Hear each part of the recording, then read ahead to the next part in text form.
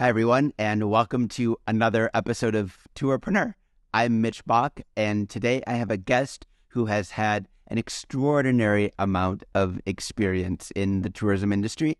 His name is Matt Newton, and Matt has been around the block, especially in our segment of tours and activities.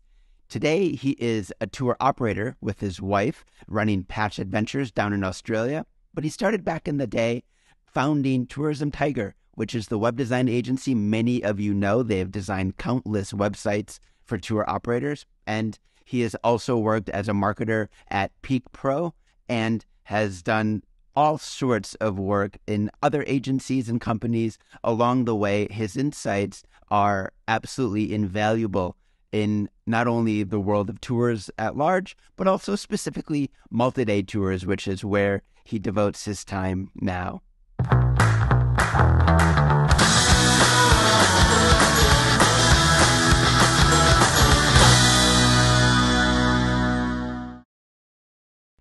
Matt Newton, it's a pleasure to have you on Tourpreneur. Welcome. It's a pleasure to be here for the first time. Matt, I think there's a lot of people that know you by reputation. You've been around the business for a long time. And beyond that, you've also written and created some resources that many people use today that might not even remember or know that it's you. I'd love if you could just start by giving us a really quick rundown of the history of Matt Newton and tourism. Yeah, so let's see if I can give you the 60-second version. My first job in marketing was for Australia's, at the time, largest online marketing agency, and this was back around 2010. And they gave me the tourism and hospitality portfolio, and I used that to then start my own SEO agency that focused on tourism and hospitality. Did that for a while, and I learned a lot about how websites worked. And I learned it was kind of like being inside the matrix, right? Because you have the analytics, access to the analytics, dozens of companies. You can see exactly what's working. So I decided to start Tourism Tiger, and when I put together all those lessons and put them into web design for tour and activity operators. So I did that for a while.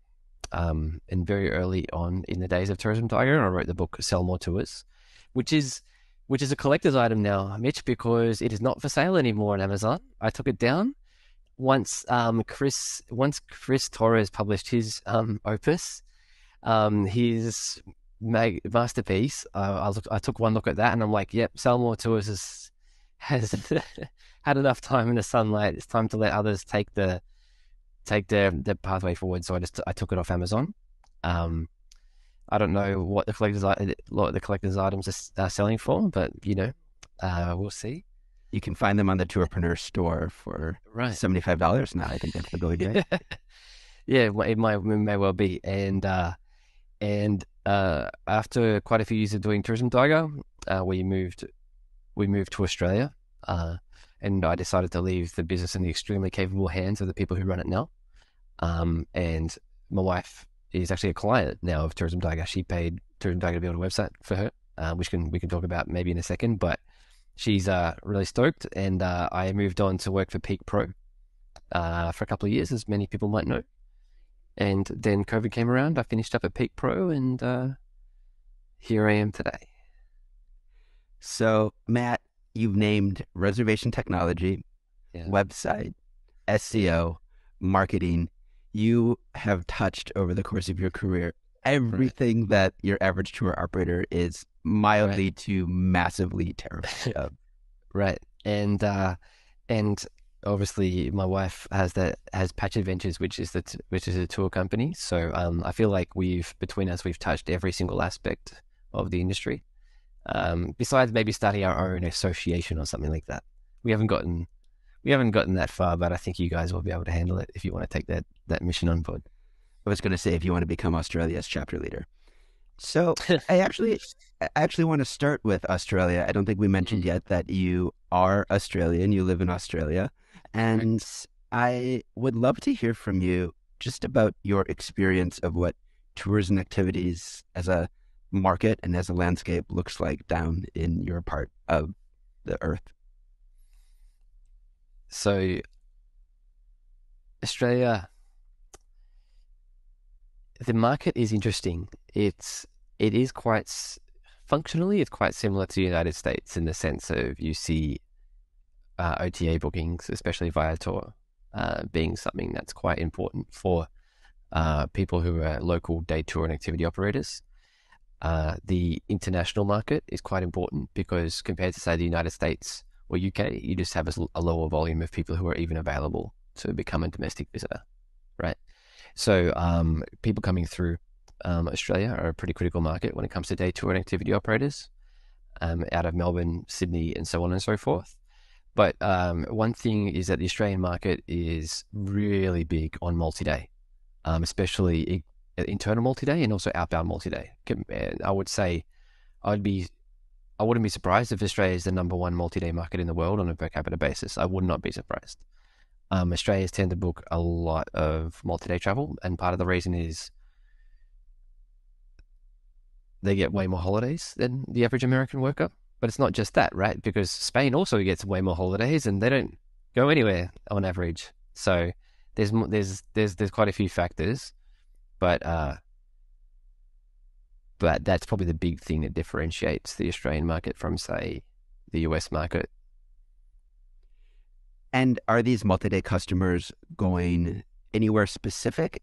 Is it sort of a trip to Indonesia, to Japan, or do you find that those types of holidays align with long-haul flights to Europe over multiple weeks? What do those trips look like? So Australia's geography is part of why multi-day is such a big thing. Is because if you're going to get on a plane for 5 hours, you need to justify it, right? And that's part of the reason why you can probably say New Zealand is a very high multi-day, a big multi-day market as well. So basically, the further they travel from Australia, the longer the trip is going to be on average. It's about 30 hours to get to Europe.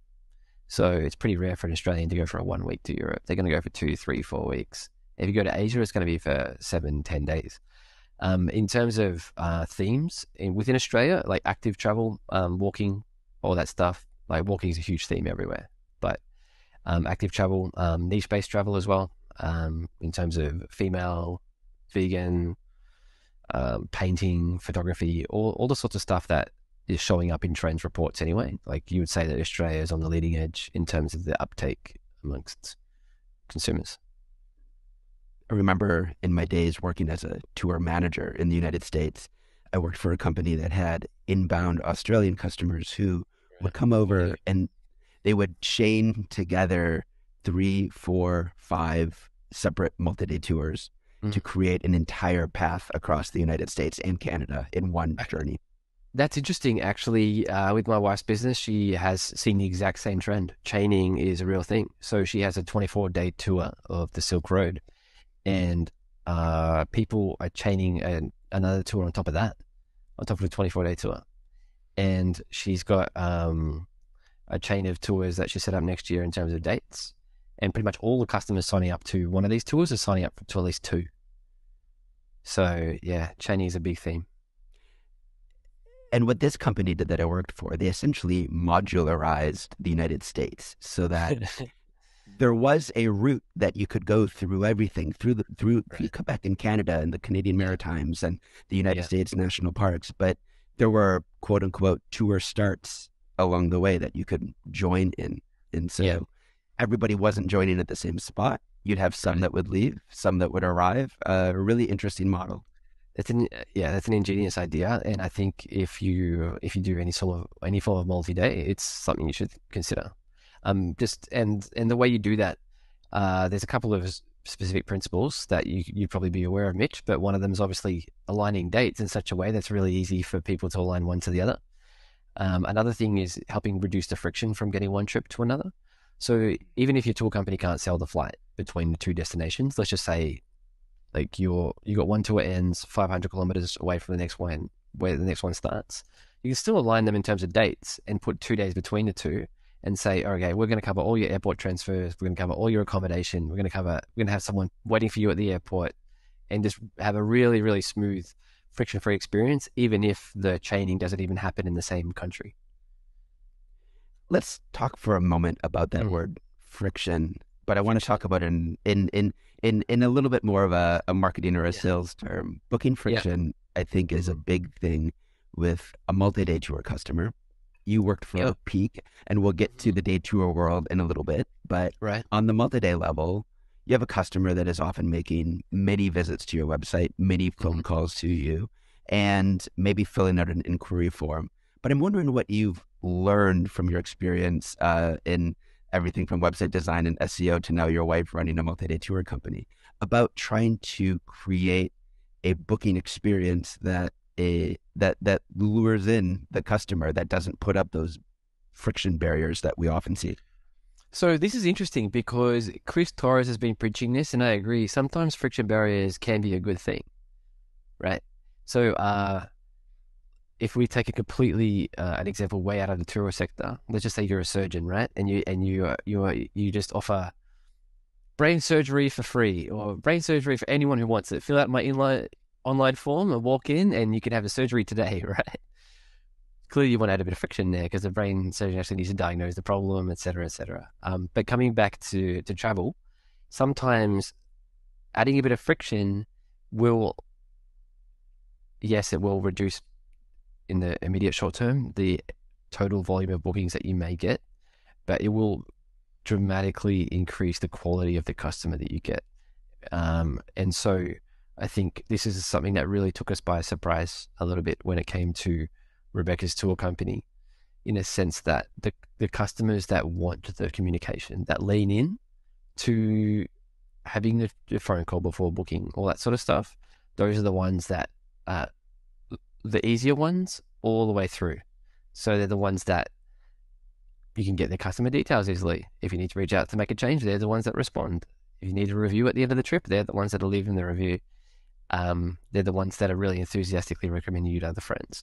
And obviously, review, there's I call the 3 R's of multi-day, which is repeat, review, refer. So this is the way a multi-day company can grow its business without dumping tons of money on marketing every like week in, week out, by maximizing the lifetime value of their bookings.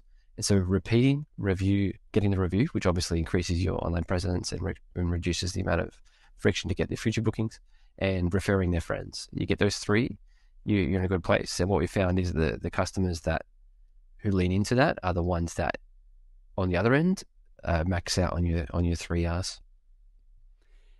In this world of multi-day and sort of your wife's customers, as you're looking at, I think, acquiring them or connecting with them, what for you has been the effective way of finding customers that aren't friends and family, which in my experience is the way that a lot of small multi-day operators that I've worked with have begun?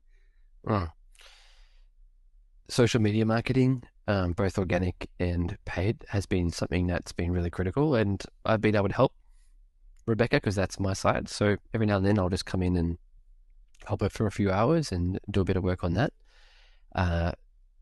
But there's in a broader sense, there's probably a paradigm that people need to understand, and that is, you've got all good marketing, doesn't matter whether it's tourism, selling cola, selling whatever, involves the ability to get in front of someone and the ability to stay in front of someone, because nearly everyone goes through a passive consideration phase where they're kind of warming up to the idea of buying your kind of service, or they're just not ready to buy or whatever. So the ability to get an eyeball it's a really borderline gruesome way of describing it, but the ability to get in front of someone using a Facebook ad or a Google ad and is really nice, but you have to have the ability to stay in front of people consistently as well to get the booking. And that involves either retargeting, organic, social, or email marketing. Those are the three classic channels when it comes to marketing multi to consumers. And so you have to really have both aspects nailed in order to be able to sell a trip. What are you thinking about when you're trying to nurture that relationship, especially in that more passive phase? Are you sending out the occasional email? Is it personalized because your customer base is small? Are you doing regular email marketing? What does that look like on a practical level? So I think one thing I've learned is there's almost an infinite level of complexity that you can apply to the marketing. You can go crazy with your tagging and your personalization of emails. But if you're really nailing every other aspect of your marketing, you don't actually have to go too crazy on this stuff. So if your itineraries are extremely well written, not just from the perspective of making the trip sound cool, but covering off all the potential objections and really helping people put themselves in the movie of the and see themselves there. If you start with that and then and use that as a base, then you shouldn't have too much friction in your own marketing in terms of turning people into bookings. So the nurturing basically looks a bit like a bit of email marketing, and then good organic social. So what that means is not constantly just promoting. It's mostly just, here's something interesting that's happening in the company today, or here's my thought about this thing, or here's this recent restriction that's been announced. What do you think? Just the kind of stuff that you actually put on your own social media, if that makes sense. And then the paid retargeting is a bit more promo-y, but even then, a lot of it is just it's not in your face. It's a bit. I'll just give you one example. So one thing that really worked extremely well has been to highlight one day of the trip. So retarget and say on day 5, you'll be doing this, and have a photo about that, and just give a bit of detail about one exact thing that will happen. And that's it. Not even say there's 3 flights left, not even say the price, not even include a link back to the website. It's just that. And so having a reasonable mix of non-shouty, non-in-your-face marketing has been actually really key for Rebecca to build trust with her audience. And then once the trip actually is selling out, then she starts to be like, oh, there's 5 spots left. You might want to get on this. And people respond to that because they've already had all of this initial desire building that has been part of the itinerary, part of the retargeting, etc. I think that's a fantastic point, because it goes back to my obsession, which is always storytelling and the way it expresses itself in all of these different contexts. And for me, I think about storytelling in terms of tour guides a lot, but in terms of marketing, there's a term that we use, which is a knowledge gap, which is basically you hook an audience, you hook somebody, whether they're viewing an ad or they're listening to you share a story, because they don't know everything yet. And so they're dreaming and they want more. And I love the idea of sharing just a day or just a teaser of a moment on the tour, so that they want more. They want to click through and see more moments. They want to learn more and fill in the gaps for a little bit with their dreams. Yeah, for sure. And one thing that, as a general principle, you're working in a hypothetical when you're selling a trip. So if you've got someone there on the ground, you can tell the stories. You've got the buildings right there. I remember one of your famous examples, Mitch. You walk around the corner and there's the Eiffel Tower, or there's the Arc de Triomphe, or whatever it was. But 6 months out from a trip, you're working with pure hypotheticals. So if you're talking about 12 days in Morocco, that's a hypothetical. That's an abstract concept. I'm going to spend 12 days in this country called Morocco. What you need to do is give them something where they're in the scene with you. And if you can do that, that really creates the emotions that then lead to them starting to paint themselves into that scene. Speaking of emotions, you started Tourism Tiger to address something that an operator has a lot of emotions around, which is websites. Correct.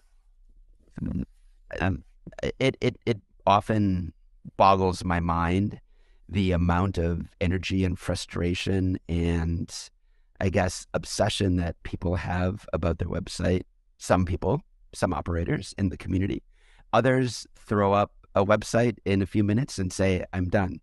I believe there's got to be some sort of truth in the middle where it doesn't take up all of the oxygen in your in your brain, but at the same time that there's some basic principles that you're following that every operator's website should follow. And I'm wondering if you could tell me about some of the things you've learned, not only from working with thousands of operators and building their websites, but just in your own thinking about what an effective website should be doing for an operator. Wow, that's a big question. You have 3 minutes. So the first thing that a website should do is obviously help people get to the goal. Help them with the task that they have that they're actually trying to perform. So it could be they're trying to compare 5 different excursions that day, and then trying to figure out who's actually available. When I went on my honeymoon, we wanted to do a catamaran trip of Santorini, right? And just trying to figure out who was available that day. I wanted to throw my phone out the window. It was so hard because you have to go all the way into a website. You click on an individual trip. Oh, they're not available that day. You go to the next trip. That trip's also not running. Which trip is running today, guys? Right? Like, you have to think from the purposes of a visitor. You're not the only website that's being looked at, especially when it comes to day 2 activities. They're trying to quickly get that calendar filled up, especially if it's just them or a partner. If they're looking at groups, yeah, sure, you got a bit more time for them to really assess your website, go through your stuff. So the first thing is, yes, understanding the exact mentality that people are bringing in and making sure you can help them get the information and answer the questions that they need rapidly. The second thing, obviously imagery, but that's well covered. I think the third thing that is probably underdone is that how important writing is. I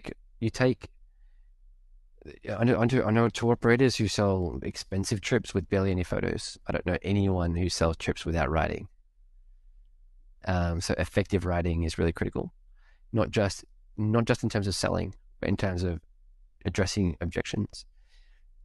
And I could just go on forever, but I'll cover one more point. You don't have to, and this is one of my favorite things that I've always talked about on podcasts for years, but you don't have to just answer questions with text. So many companies, one of the most common questions they get, or one of the most common questions on people's mind is, will I fit in? Especially multi-day, especially action adventure sort of tours. Will I fit in? Will I be fit enough? If you show photos of people who are, like if you're running a kayaking tour and every single photo is of someone who's buff, 6 packs, extremely fit, you're creating an image where people are like, oh, well, actually, I won't be welcome on that tour because I won't keep up. So what you need to probably do is show the photos of the people who are borderline, right? The everyday average people who can join, and then people are, oh yeah, you know what? I reckon I could kayak alongside that guy. I'll be fine. And so you can use text to talk about average age of guests and blah blah blah, but you can also use photos to answer people's questions and concerns in a way that is actually a lot quicker than having them read through reams of text. That's brilliant. I love your emphasis on writing, around copywriting. I wonder if we could get a little more granular with that, because I've seen a variety of, let's say, hero texts. You've got a fantastic image, and then I see text all over the place up there. Sometimes it might just be a utilitarian statement about what you do. Other times I've seen people try to entice me with a snappy tagline or headline. And then below that, I again find a lot of things going on. Sometimes I see 3 paragraphs of text, and sometimes I don't see much at all before I get to the tours. What is your sort of reigning thoughts about that balance? Because I know SEO also enters the picture in terms of how much you should be writing and how much of it should be utilitarian design for Google and how much of it should be storytelling designed for a human. What are your thoughts? So on the homepage, your goal, even if you have SEO related goals, which is totally fine, your main focus should be the user even still. So on our homepage, you want people to spend the least amount of time possible. The homepage is a switching page. It's your, what do they call it? Like when you call a call center, there's a switch room or whatever. Back in the day, there's someone who takes the call and distributes your call, whatever that's called. That's what your homepage is, right? Your homepage is not a place for people to linger. If people are lingering on your homepage, something's gone wrong. So you need a way to extremely quickly get them off your homepage.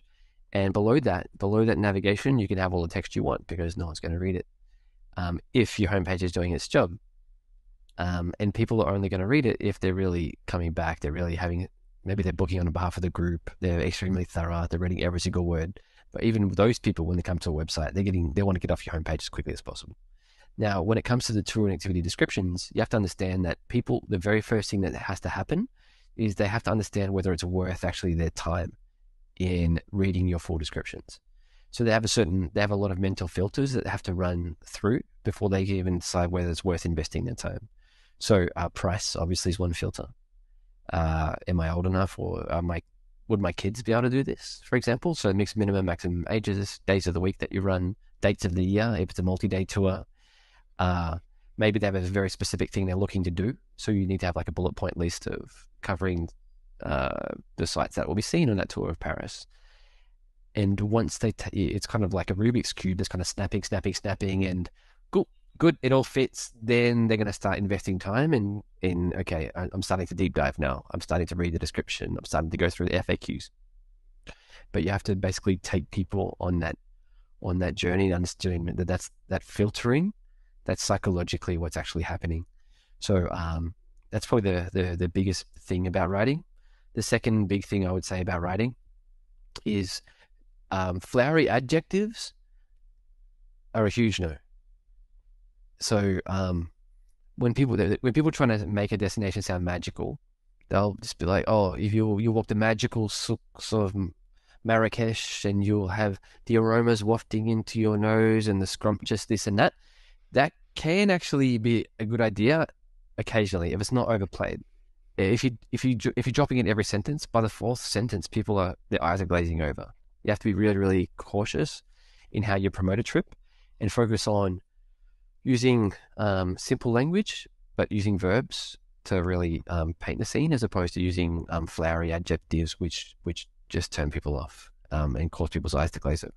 So those are 2 points about writing. And there's one third point I'll add, and that is you should pay attention to every single question that comes through your website or through your phone, because that's an opportunity to edit your copy and answer those questions. And so you might say, well, people won't read all that text. Yeah, no, fine. But what if someone hits the bottom and they still don't have all their questions answered? What are you going to say to that person? So if someone doesn't want to read all the text, that can be the decision. But if someone's they've read all the text and they still don't have their questions answered, that's not good. You need to answer every question that they have. And if people want to skip past it, that's fine.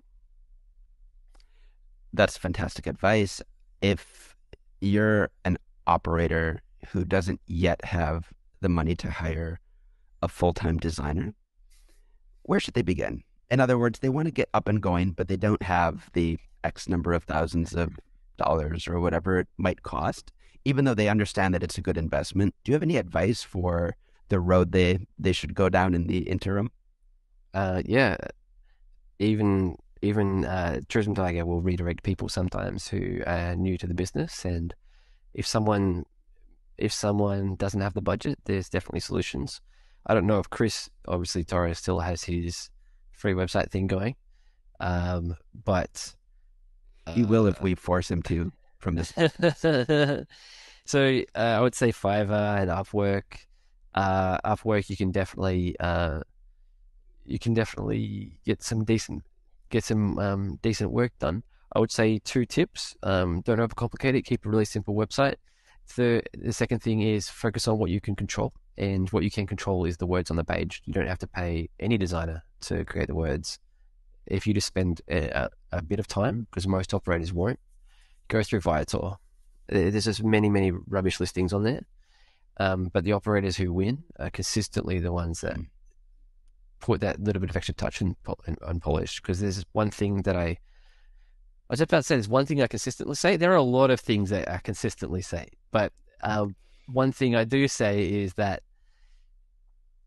you feel passionate about the guest experience. Does that start the moment they say hello to you in a city? Or does that start the moment they first interact with your business? And so if the first time they interact with your business is a Facebook ad, how can that Facebook ad be the best experience for them, etc.? So every aspect of the journey is crafted with the most love possible. That will come through, and that will build people's confidence and make it much more likely that they'll book, regardless of how much money you spent on your design. Are there any books or websites, since we're talking about copywriting, that have been good resources for you, or did you sort of just learn through the constant understanding of looking at the variety of ways in which people are describing their tours? My favorite resource outside the industry is called copyhackers.com. So that's a website that has a lot of resources about copywriting, some incredible tips about copywriting. I would have to point out that they're at Tourism Tiger. I mean, I have to, but like it's the resource I'm most familiar with. Tourism Tiger blog, especially a lot of the older posts, has a lot of information about copywriting when it comes to tours and activities, and those are the two primary resources that come to mind. Actually, That's great. Let's switch to the day tour world and your experience working with one of the major reservation technology companies. yeah. What are your thoughts about the obsession that so many operators have with booking software?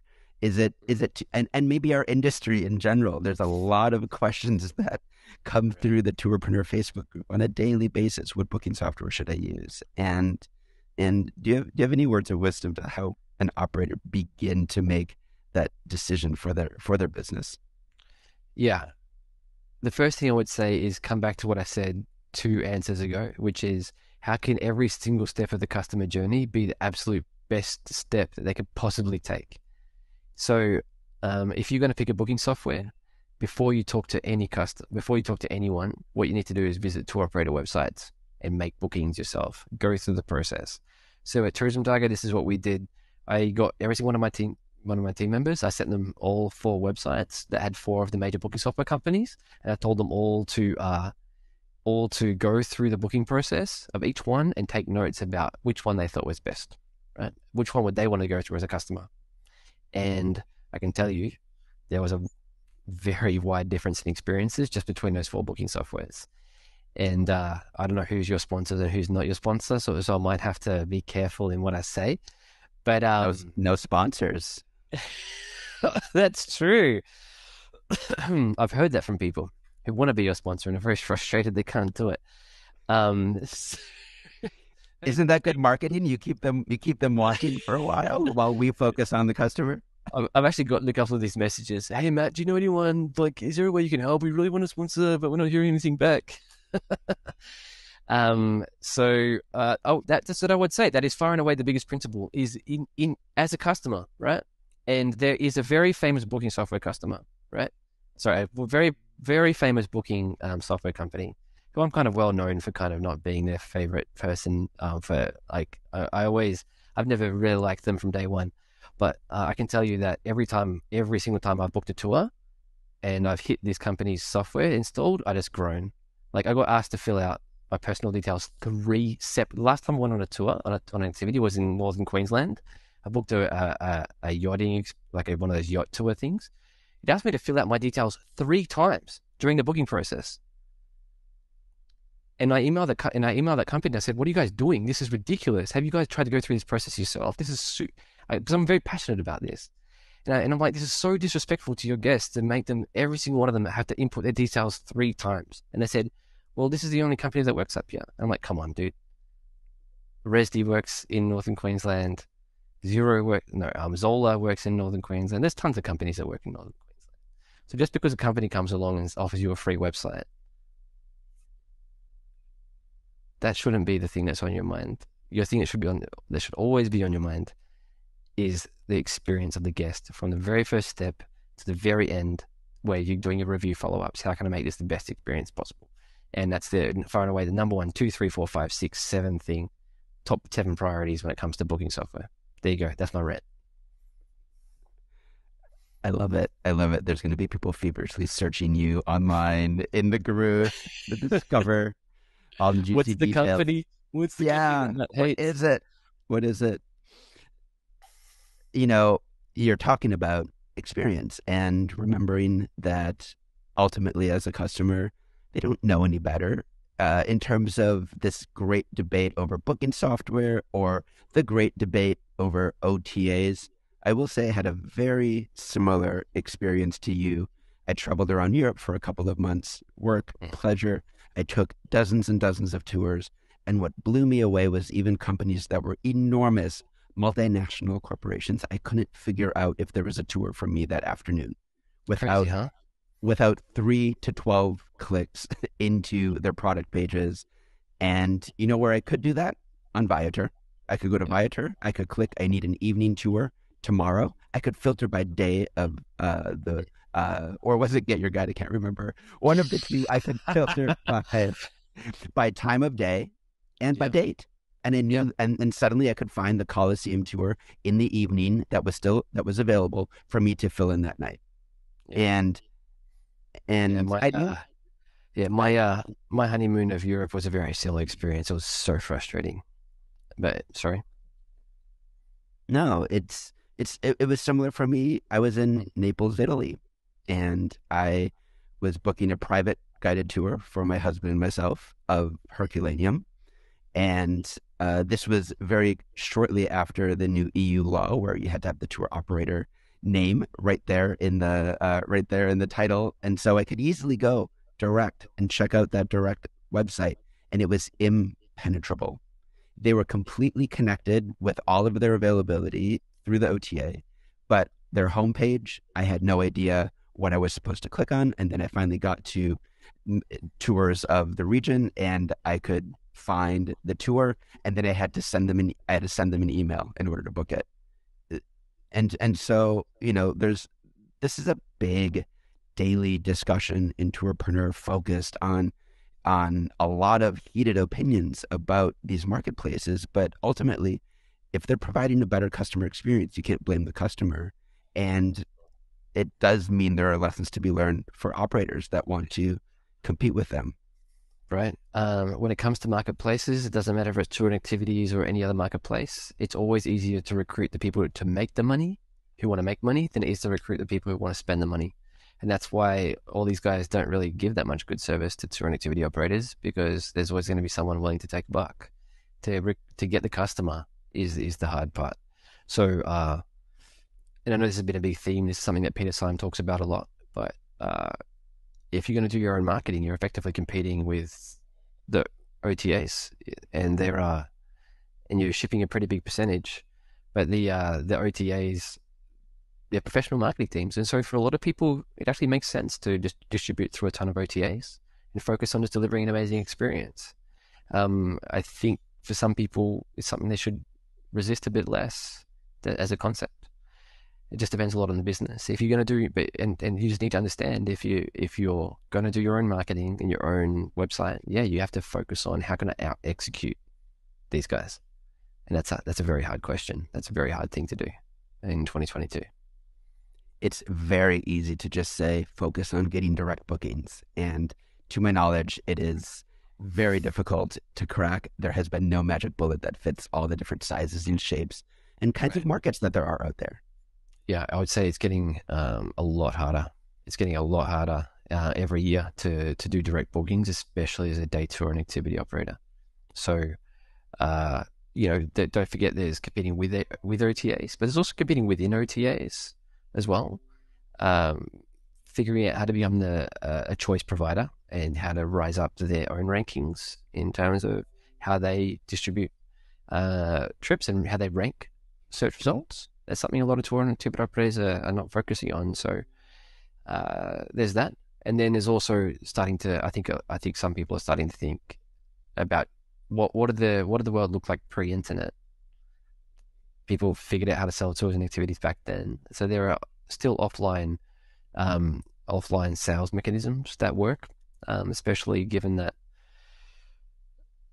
a lot more bookings, a very high percentage, happen in destination when it comes to day tour and activity operators. But yeah, it's a hard game. It's a very hard game to play if you don't want to play with the OTAs, I would say. That's part of the reason why I personally, if I was a day tour and activity operator, I'd look for as many opportunities as I can to sell to locals as well. And that's something with Peter Syme's rafting. I think he pretty much exclusively sold to locals in the end. But if you can figure out some sort of way to sell to corporates, to sell to bachelors and hens parties, all those things, that will help, because OTA bookings close to exclusively come from out of towners. So if you can figure out how to balance off against that using locals, that's one way. But yeah, it's hard. That's great advice. It is hard. One of the things that I would add to that list too is thinking about multi-day tours as well. There seems to be this very big divide between a day tour operator and a multi-day tour operator, almost as if they're philosophically different categories that you can't jump between. And yet it's good business to sort of have a hedge against one market working, one kind of customer working in another. And while there is a lot of work that goes into operating a multi-day tour, there's also margins that blow the minds sometimes of day tour operators that are stuck in narrowing profit passages of profitability in their business. For sure. So I've said a lot of stuff in this. Like the average person, I feel like I'm giving away a lot of the secrets so far, right? But have another drink. It's evening there. Spill it all. So at Tourism Tiger, I spoke to probably 200, 250, maybe 300 operators a year, something like that. Like a lot of operators a year. And I can tell you, the people with the smiles on their faces, the people who are less stressed, it's the multi-day. The people, yeah, like I know there's going to be a million exceptions, right? But if you're talking about people who do it full time, because there are a lot of day tour and activity operators, especially who do it as part time, like a side hustle. Maybe they have something else going on in their life, but in general, and this held very consistently as well, the people who were able to figure out how to make their businesses work for them from both a lifestyle and from the ability to just pay for a lifestyle perspective were multi-day. When you're looking at your wife creating experiences, your experience of experiences as a marketer, sometimes I think you're a fantastic marketer, you're in touch with humans and their emotions. And I'm wondering if you have any thoughts on the very basics of a guest experience, of creating a tour experience that delights your guest, that continues that story that you started with effective marketing. And as you sort of watched, tour companies be born through Tourism Tiger, if you've learned any lessons just about tour design itself or experience design. Yeah, that was one thing I didn't expect I was going to learn much about. I just never thought about it with Tourism Tiger. I thought I was coming as the expert, but I actually learned so much from our clients, especially when you're having to rewrite their itineraries for them to make the copy good. You learn a lot about designing a good experience. And I'll share a couple of learnings. The first one is, if you think about a trip, we call them touch points. So a touch point is every single interaction with something a decision that you've made, right? So it's the way your sign is printed off when someone hits the airport. It's the hotels you choose, the exact food choices you make. The more love that goes into every single one of those choices, the better experience overall you're going to have. And that's one big differentiator between the generic operator and a smaller operator who does really well, is how well each touch point is really considered and thoroughly considered. The second thing is energy flows through a trip. So not too long ago, someone showed me an itinerary that they put together, and they had a rest morning on day 2 of the trip. I'm like, dude, why are you doing this? This is when people have the highest levels of energy during your trip. Why are you giving them a break? And he's like, I don't know, it's just didn't really have an answer. And I was like, okay, so what you need to be thinking about is, okay, on a long trip, you're going to have ebbs and flows. So you need to build that into the trip. Basically, if you're going to have a trip where there's going to be multi-day stays in cities and single-day stays in cities, you want to basically back-end the multi-day stuff and front-end the single-day stuff. So people have more energy for the moving around. They gradually just run out of energy or run out of that kind of... They start to want to not to have to pack their bag again, that sort of thing, right? So thinking about energy management, and so, okay, they've had 2 really full days here, so let's give them a really slow morning and then add something in the evening. Or if you've got like a really big evening experience that's coming up the next day, then give them a slower morning, all that sort of stuff. Just make sure that they do have the time every few days to really breathe and recuperate and have like a lower energy experience before they keep on going. So those are the 2 big things. And the third tip I would give if you're designing a multi-day experience would be to make sure there's some major climax that the trip is building towards. Like if there's a big highlight on the trip, don't put it at the start, right? If you're doing a winery tour of France, don't put the biggest and best winery or or the magical one. Maybe you've got like a secret magical one. Don't put it on day 2. Nothing's gonna live up to that. Put the really, really special thing towards the end that everyone's really come for, and they'll anticipate it throughout the trip, and you'll climax on that note, and then you wind down the trip. So those are the three tips that come to mind. Those are brilliant. If I could have paid you to say that, I would have, because that's part of continuing to think from your customer's point of view. And in tech, sometimes it's called human-centered design. That's a revolutionary idea that we should be designing an app for the experience and not solve our tech problems. Yeah, IT companies are like, oh my God, we made a discovery. And like, what? There are human beings. They use our technology, and be like, what the fuck? Actually, a bit of French, you're gonna have to edit that out. But no, you're right. Like the biggest reason companies fail, in my opinion, is because they put something else at the center that is not the customer. The customer has to be the center. And so if you have to lump it with some inconvenient systems on your side in order to make the customer experience better, or in the end, you'll be the winner.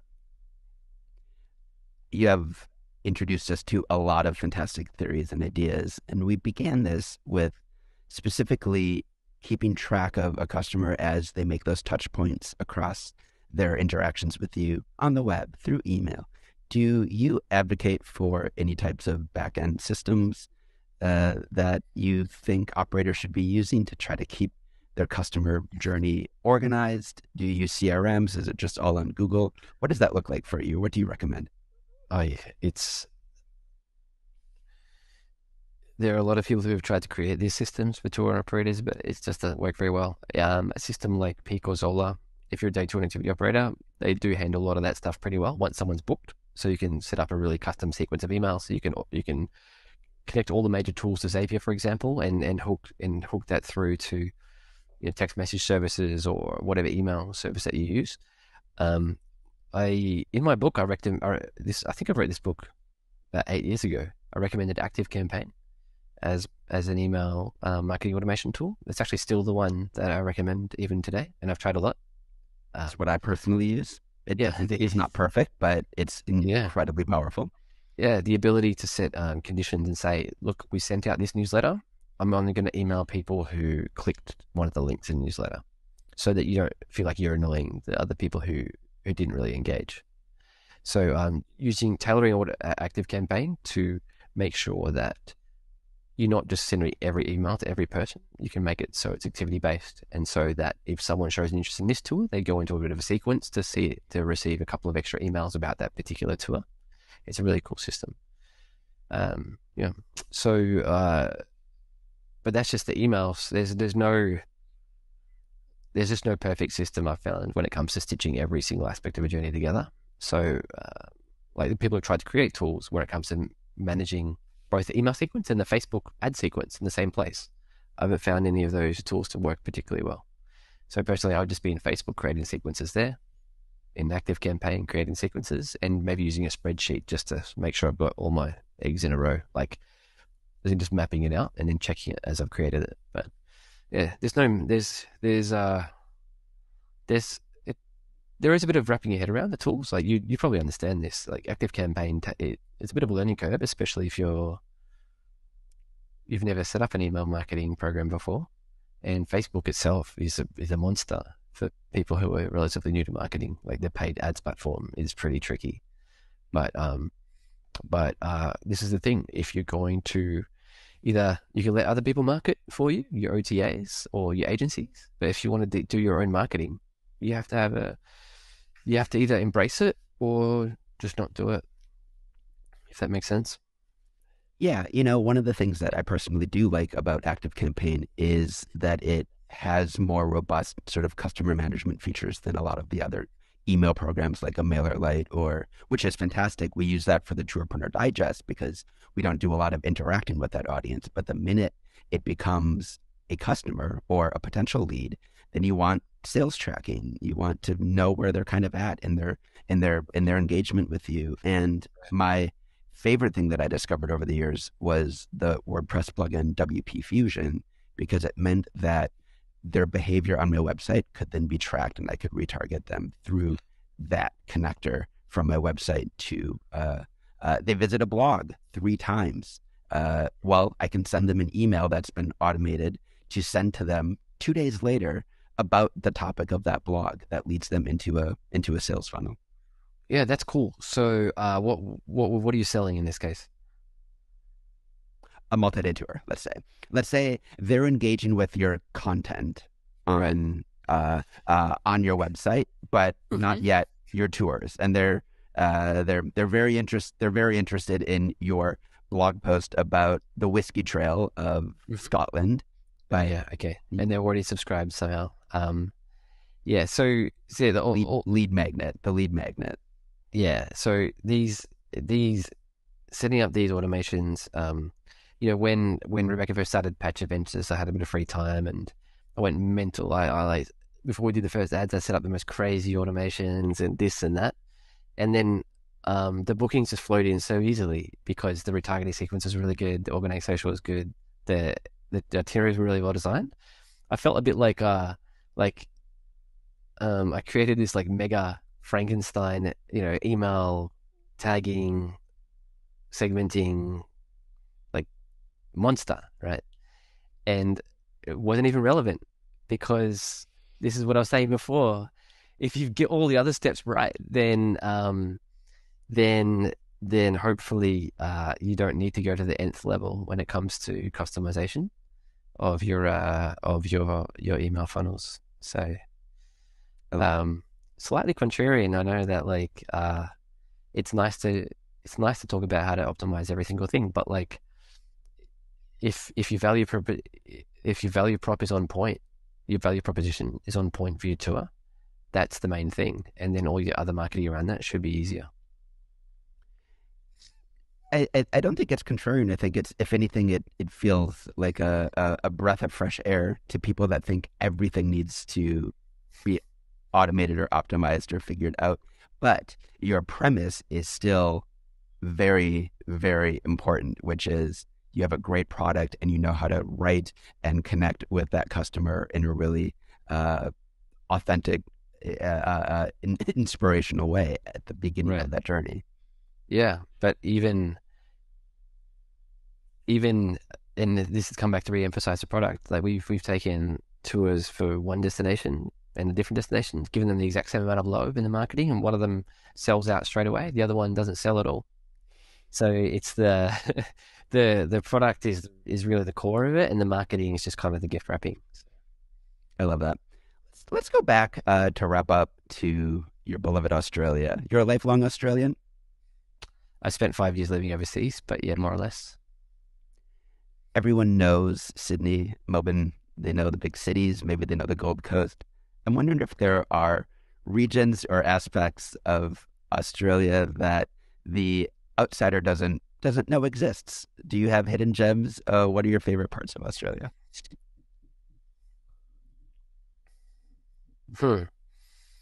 So I have a similar experience with the United States. It's such a big country that you kind of you forget that there's so much going on.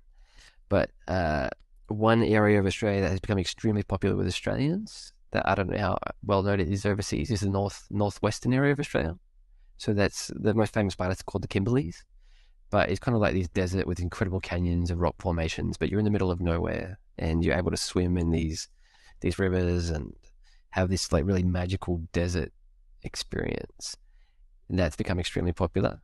And Melbourne, it's funny, you mentioned Melbourne as being so famous and stuff like that, but very few people make it to Melbourne on their first trip to Australia. They deprioritize it. They think it's the Sydney, the Reef, and the Rock. Those are the famous three. So Sydney, Great Barrier Reef, and Uluru.